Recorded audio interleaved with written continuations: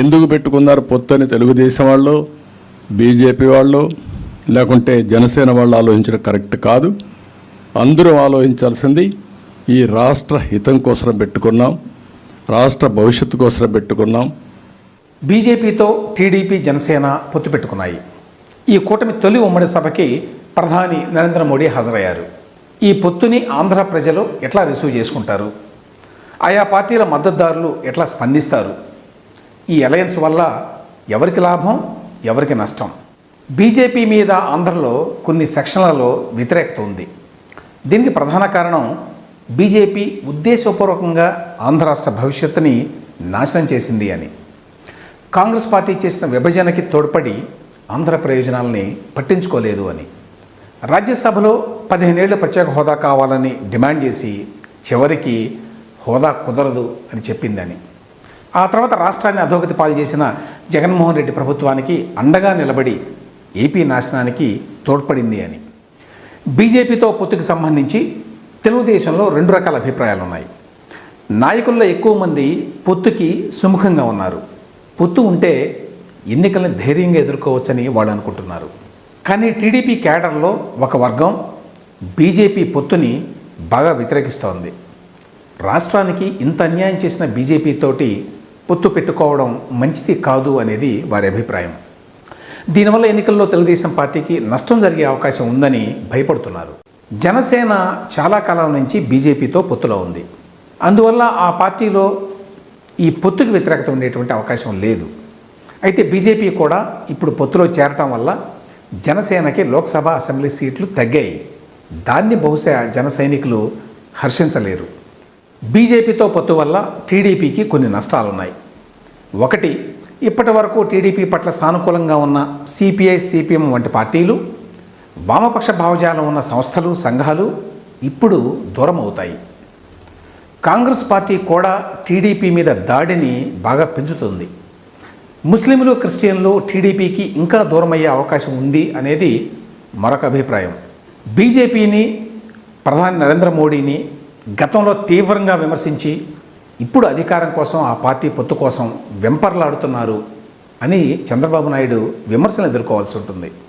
జగన్మోహన్ రెడ్డిని ఒంటరిగా ఎదుర్కోలేక పొత్తు పెట్టుకున్నాడని వైసీపీ చేసే విమర్శలకి కొంత వెయిట్ వస్తుంది. అయితే బీజేపీతో పొత్తు వల్ల లాభాలు ఉండవు అని భావిస్తే చంద్రబాబు నాయుడు అడుగు ముందుకేసే అవకాశం లేదు. ఆ పార్టీతో చేతులు కలపడం వల్ల జరగబోయే నష్టం తెలియనంత అమాయకుడు కాదాయన. మరి ఏ ప్రయోజనాలను ఆశించి, కొన్ని నష్టాలని భరించి చంద్రబాబు నాయుడు ఈ పొత్తు పెట్టుకున్నారు? ఈ ఎన్నికలు ఆయనకి, ఆయన పార్టీకి do or die battle. Jaganmohan రెడ్డిని ఈసారి ఓడించడం టీడీపీకి జీవన మరణ సమస్య. అందుకోసం ఎంతమంది సాయం తీసుకోవడానికైనా, ఎంత రాజీ పడటానికైనా వెనుకడకూడదు అని చెప్పి చంద్రబాబు నిర్ణయించుకున్నారు. బీజేపీతో పొత్తుకి అదొక్కటే కారణం కాదు. జగన్ వైఖరి తెలిసిన వాళ్ళకి ఈసారి ఎన్నికలు సాఫీగా జరుగుతాయనేటువంటి నమ్మకం లేదు. ప్రభుత్వ యంత్రాంగం, ఎన్నికల యంత్రాంగం సక్రమంగా బాధ్యతలు నిర్వర్తించాలంటే కేంద్రంలో బీజేపీ సహకారం కూడా అవసరం. దీంతోపాటు ఈసారి అధికారంలోకి వస్తే కేంద్ర ప్రభుత్వ సహకారం లేకుండా రాష్ట్రాన్ని నడపటం దాదాపుగా అసాధ్యం. ఈ గ్రహింపు కారణంగానే చంద్రబాబు నాయుడు పొత్తుకి మొగ్గు చూపారు. తన పార్టీ ప్రయోజనాల దృష్ట్యానే కాకుండా రాష్ట్ర విశాల ప్రయోజనాల దృష్ట్యా కూడా బీజేపీతో పొత్తు పెట్టుకున్నామన్న విషయాన్ని మైనారిటీలు కూడా గ్రహిస్తారని చంద్రబాబు నాయుడు భావిస్తున్నారు. బీజేపీతో పొత్తు ఉన్న సమయంలోనూ, లేని సమయంలోనూ వారి భద్రతకి ఎన్నడూ ముప్పు రాలేదన్న విషయం మైనారిటీలకు తెలుసనేది టీడీపీ విశ్వాసం. జగన్మోహన్ రెడ్డి ప్రభుత్వాన్ని అధికారం నుంచి దించటం ఒక చారిత్రక అవసరమని, ఆ విషయాన్ని ప్రజలు కూడా అర్థం చేసుకున్నారని, పొత్తుల్ని ఆ నేపథ్యంలో చూస్తారని చంద్రబాబు నాయుడు భావిస్తున్నారు.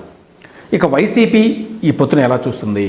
టీడీపీతో పొత్తు జరగకుండా ఉండటానికి జగన్మోహన్ రెడ్డి మ్యాక్సిమం ప్రయత్నించారు.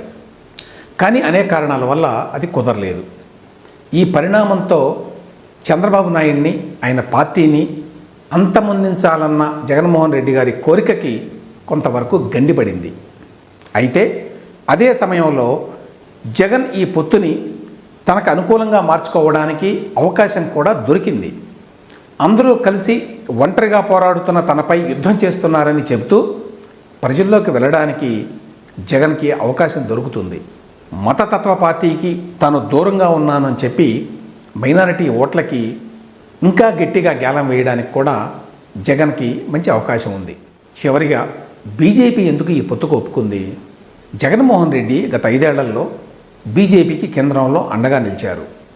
అనేక బిల్లుల విషయంలో పార్లమెంట్లో మద్దతు తెలిపారు. ఏనాడు ఏ అంశం మీద బీజేపీని ఆయన పల్లెత్తు మాట అనలేదు. ఆ రకంగా జగన్ తనని బీజేపీ ఒక నమ్మదగిన మిత్రుడిగా గుర్తించాలని చెప్పి కోరుకున్నాడు.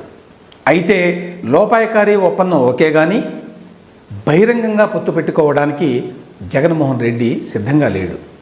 అలా చేస్తే ఆయన క్రిస్టియన్ ఓటు బ్యాంకుకి గండి పడుతుంది. కానీ ఈ రకమైన అరేంజ్మెంట్కి బీజేపీ అంత సుముఖంగా లేదు. దీనికి తోడు జగన్ మీద ఉన్న అవినీతి ముద్ర కూడా బీజేపీకి సమస్యే. అంతేకాదు ఈసారి ఎన్డీఏ కింద 400 సీట్లు గెలవాలని బీజేపీ టార్గెట్ పెట్టుకుంది.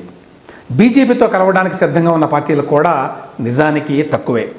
ఈ నేపథ్యంలోనే ఆంధ్రప్రదేశ్లో టీడీపీతో పొత్తు పెట్టుకోవాలని బీజేపీ నిర్ణయించుకుంది.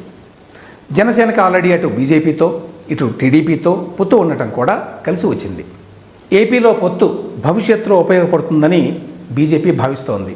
ఎందుకంటే పొత్తు లేకుండా రాష్ట్రంలో బీజేపీ ఒక్క ఎంపీ సీటు కూడా గెలిచేటువంటి అవకాశం లేదు. పొత్తు ద్వారా ఏపీలో బీజేపీ మళ్ళీ అడుగు పెట్టగలదు, పార్టీని బలోపేతం చేసుకోగలదు. ఇక చివరగా మిగిలిన ప్రశ్న, పొత్తుల వల్ల ఎవరికి ప్రయోజనం? 3 పార్టీలకి ఎంతో కొంత లాభం ఉంది. అందుకోసమే పొత్తుకు సిద్ధమయ్యారు. బీజేపీకి ఓటు కావాలి, టీడీపీకి జనసేనకి అండ కావాలి. ఈ ప్రయత్నంలో తమ తమ అవసరాల కోసం అన్ని పార్టీలు 3 పార్టీలు ఎంతో కొంత రాజకీయ అవకాశవాదాన్ని ప్రదర్శించాయి. మరి ఈ త్యాగానికి తగిన ఫలితం వస్తుందా? మరికొన్ని రోజులు గడిస్తే కానీ చెప్పలేం.